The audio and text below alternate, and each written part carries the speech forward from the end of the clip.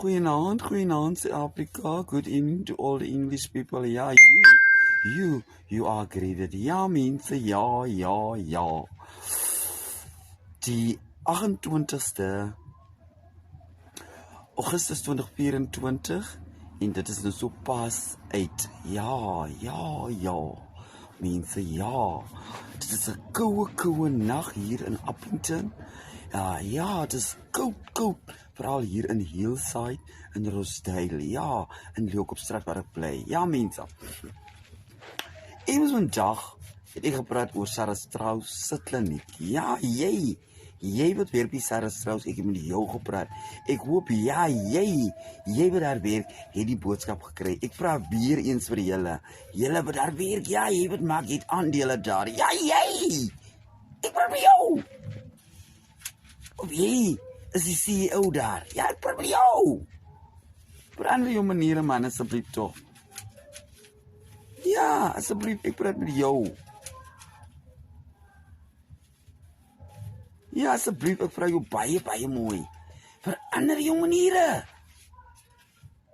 Hi! Nebo! Sarah Strauss, Maar ook rijd los nog vir Sarah Strauss. Ja, mense regtig waar nie. Soos ek sê, hier in Appington. Ja, skout. Maar, soos ek sê, is seker deel van Augustus. Ja, is deel van Augustus. So Jay, ja, ek praat met Joe. Jay. Wat nou die video's kyk, ja, ek praat met jou. Want niemand, ja, moet nie weggeet nie. Kyk my, ja, kyk my in my oë. Kyk my, ja, kyk my. Kyk vir my. Jay, ek nou my vriendin wil help met ek is ook op Facebook gesit. Dis nou haar huis, ja. So hierdie hele week gaan dit oor wil help se huis, ja.